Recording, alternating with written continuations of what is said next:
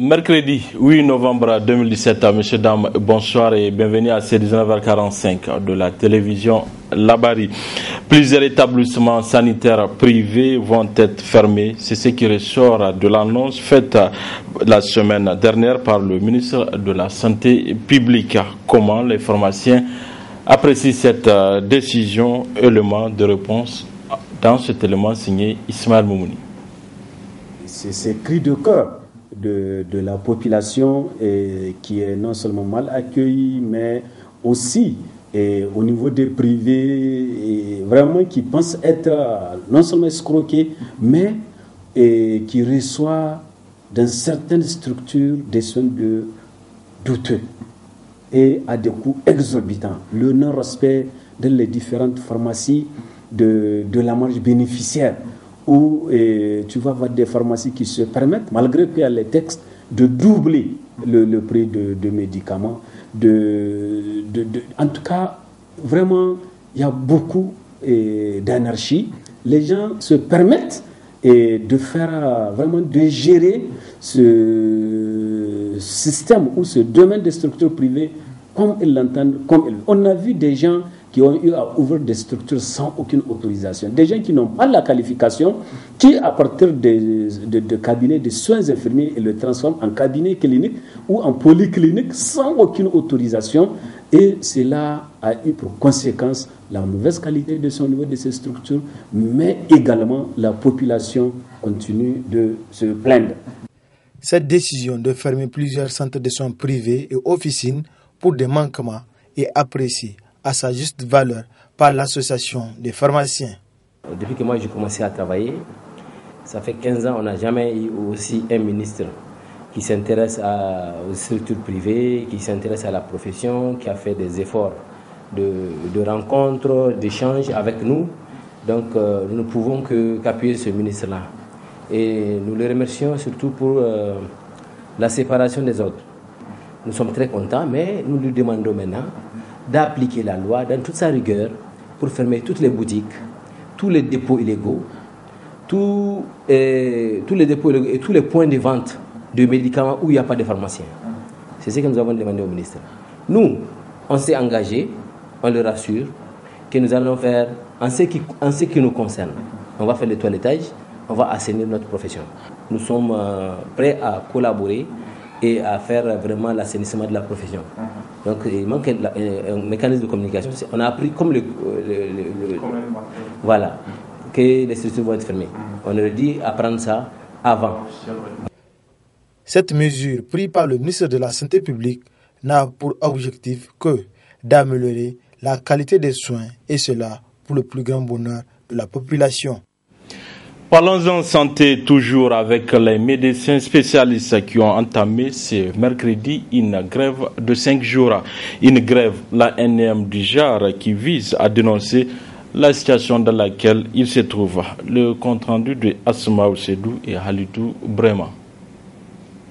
Ils entament une fois de plus une nouvelle grève de 5 jours ce mercredi. Ce sont les médecins spécialistes. Un arrêt de travail pour les mêmes revendications. La prise en compte de leur prime de spécialisation. C'est pour rappeler à la population et aux autorités que la revendication des médecins spécialistes posée il y a maintenant à peu près 4 ans, que cette revendication est toujours d'actualité. Cette revendication, c'est quoi? C'est que nous demandons la réparation d'une injustice sociale dont nous sommes victimes. Vous le savez très bien, tout agent de l'État qui se forme au bout d'un an, qui revient avec son diplôme, il est reclassé. Ce qui n'est pas le cas pour les médecins. Vous partez faire 4 à 5 années de formation après le doctorat, vous revenez, vous êtes à la case de départ. C'est cette injustice que nous demandons de réparer, mais c'est le mépris qu'on affiche de l'autre côté.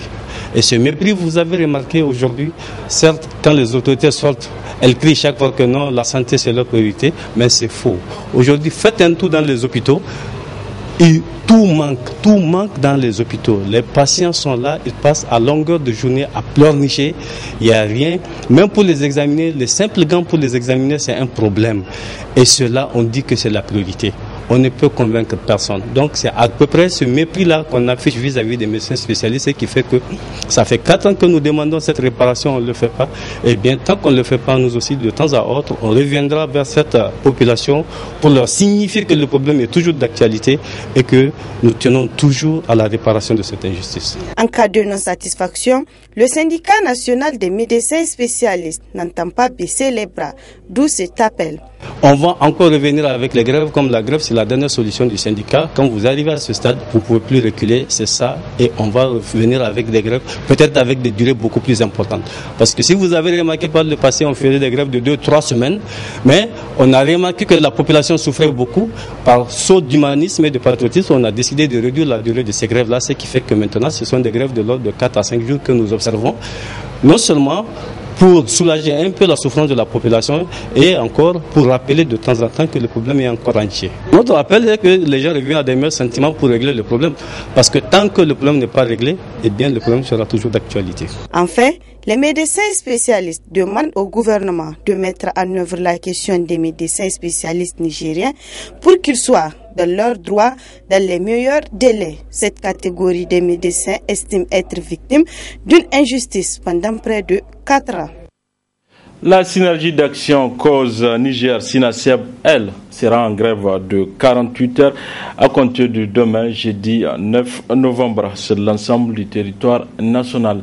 La raison de cette grève avec Issaka Oumarou, il est membre de la synergie cause Niger-Sinaseb.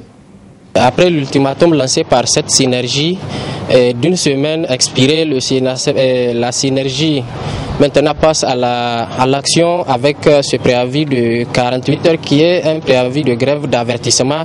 Donc il faut rappeler les motifs qui nous ont amenés à déposer ce préavis de grève. Et vous vous rappelez que depuis le 13 décembre 2016, le gouvernement a signé un communiqué conjoint avec les différentes structures de la synergie, et parmi les points qui sont inscrits sur ce communiqué conjoint, je dois rappeler à ce jour, aucun point n'a trouvé de solution.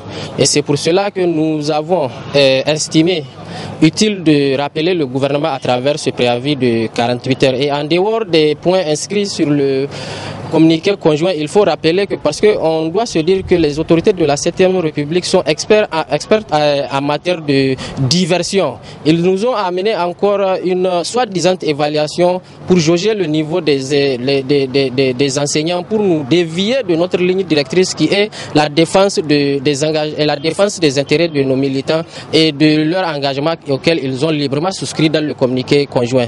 Donc il faut dire que cette évaluation, en dehors de son caractère illégal, son déroulement aussi a été tout sauf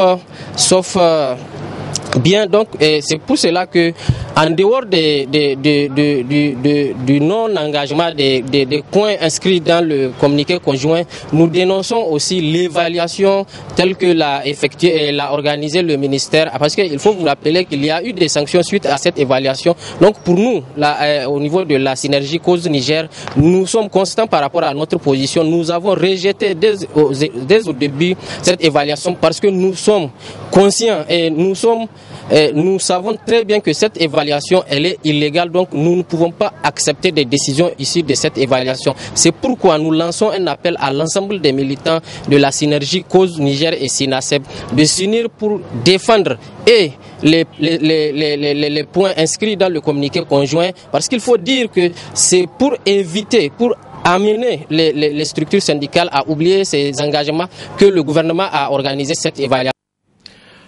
Déclaration de presse cet après-midi du mouvement des jeunes pour l'émergence du Niger homogène pour dénoncer la situation dans laquelle vit la population du Niger et exige une prise en compte des besoins du peuple par les autorités. Déclaration résumée par Nafissatou Hassan et Nasser Seydou. Dénoncer la situation socio-politique dans laquelle végète le Niger depuis un certain temps, parmi lesquelles figurent les multiples arrestations, objet de cette sortie médiatique du mouvement des jeunes pour l'émergence du Niger. Suite à la manifestation organisée par Actis Niger contre la loi de finances antisociales 2018, 3 de nos camarades, Abbas Abdelaziz, président, son secrétaire général et son secrétaire à la communication ont été interpellés et placés sous mandat de dépôt à la prison civile de Kolo pour faire taire les voix dissidentes de la société civile faisant état de la liberté des manifestations, d'expression et des droits de l'homme en danger. De l'affaire des tentatives de coup d'État et de la situation de lieutenant Awal Hambali, au regard des informations déjà révélées par les autorités politiques et les non-liés bénéficiés par les civils et paramilitaires, ne sauraient justifier cette détention préventive. Face à cette situation peu enviable, le MOJEN exige la libération sans condition de toutes les personnes civiles et militaires détenues illégalement dans les différentes prisons du Niger. Le MOJEN met en garde les parlementaires contre cette loi scélérate et impopulaire et les tient comme seul et unique responsable devant l'histoire de tout ce qui adviendra comme conséquence désastreuse sur l'économie du Niger déjà à terre. Le MOJEN soutient le FDS, les forces de défense et de sécurité, dans la lutte contre le terrorisme, dans toutes ses formes dues aux agissements complices du pouvoir actuel qui a occasionné d'énormes pertes en vies humaines. Le MOJEN, très préoccupé par la situation du Togo, salue et soutient le peuple libyen dans leur démarche pour le retour du docteur Saif al-Islam Muammar Kadhafi comme prochain candidat à l'élection présidentielle en Libye. D'ailleurs, la seule alternative du retour de la paix en Libye est dans la sous-région. Afin de contrecarrer le projet de loi de finances 2018, le MOJEN lance un appel à l'endroit de l'ensemble des Nigériens de l'intérieur comme de la diaspora de se tenir prêts à répondre au mot d'ordre qu'il lancera très prochainement. Elle soutient également la plainte déposée contre X par les étudiants par rapport à l'assassinat de Malam Bagale. Point de presse hier après-midi au ministère du Commerce. Il a été présenté le rapport 2018 Doing Business dans lequel le Niger a occupé la 144e place sur les 190 économies. Le compte-rendu de la rédaction Labari. 144e place sur 190 économies, c'est la place qu'occupe le Niger dans le classement du rapport Doing Business 2018. L'annonce a été faite au cours d'un point de presse animé par le ministre du Commerce. Retenons particulièrement que le Niger a fait un bond extraordinaire de 64 ans au niveau de l'indicateur création d'entreprise, le classant au 4e rang mondial, 24e rang mondial. Il a aussi fait des progrès remarquables en matière de permis de construire, où nous avons eu 15 points, raccordement à l'électricité, 4 points, transfert de propriété, 9 points, paiement d'impôts et taxes, 5 points, commerce transfrontalier, 10 points et exécution des contrats, 13 points. Au niveau de l'espace UMOA, le Niger a progressé d'un rang pour se positionner de la 4e place, à la 4e place derrière la Côte d'Ivoire, le Sénégal et le Mali. Le Niger se réjouit de ces résultats car ils s'inscrivent dans le cadre de la dynamique de faire chaque année des réformes supplémentaires et de progresser dans le classement Doing Business. En effet, de 2013 à aujourd'hui, le Niger est passé de la 176e place à la 144e place, soit une progression de 32 rangs en l'espace de 5 ans. C'est pourquoi le Niger entend mettre l'accent sur son plan d'action. La modernisation et la dématérialisation du registre du commerce et du crédit immobilier conformément aux normes et standards de l'OHADA. L'informatisation des procédures de création d'entreprises, l'élaboration d'un code de la construction et de l'habitation, la réduction du délai de raccordement au réseau électrique, la dématérialisation des procédures de transfert de propriété, l'amélioration du fonctionnement du bureau d'information sur le crédit, l'informatisation de l'administration fiscale, la dématérialisation des procédures douanières et l'informatisation du tribunal de commerce de Niamey. Enfin, une forte campagne de communication sera engagée en vue de l'application effective de toute réforme entreprise et de leur appropriation par le grand public. La mise en œuvre effective de ces réformes permettra à notre pays de se hisser dans le top 10 des pays réformateurs dans le prochain rapport Doing Business. Le Doing Business est ce rapport qui évalue entre autres les aspects de la réglementation qui facilite ou entrave la création, le fonctionnement ou l'expansion des entreprises du secteur privé. Il s'intéresse donc à la réglementation qui affecte les petites et moyennes entreprises tout au long de leur cycle de vie. Voilà, messieurs, dames, c'est tout pour ces 19h45 de la télévision Labari. Merci à vous de l'avoir suivi. Au revoir.